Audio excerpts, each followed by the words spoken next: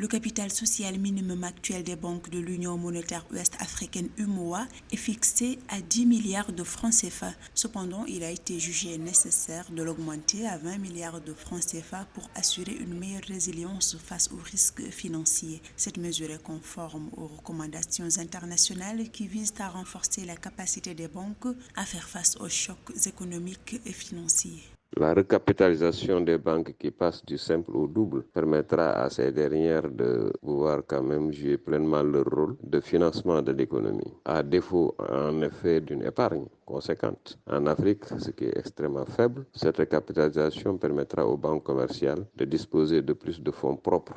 Le capital social minimum d'une banque fait référence à la somme minimale de fonds propres que la banque doit détenir conformément aux exigences réglementaires fixées par les autorités financières. Ainsi, ce capital pour les banques de l'UMOA a connu des relèvements dans le passé. Il était à 1 milliard de francs CFA en 2008, puis a été porté à 5 milliards de francs CFA avant de passer à 10 milliards de francs CFA en 2010. Selon les spécialistes du secteur bancaire, un capital social faible signifie qu'une banque est plus exposée en cas de faillite d'un de ses clients.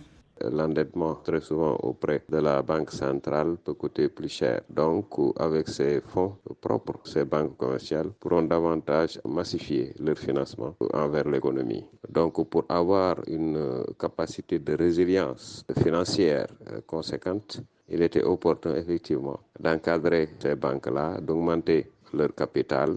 Il faut noter que la zone monétaire UMOA comptait à fin mars 2023 un total de 135 banques. La Côte d'Ivoire, le Sénégal et le Burkina Faso abritaient le plus grand nombre de banques de la zone avec respectivement 29, 28 et 16 banques.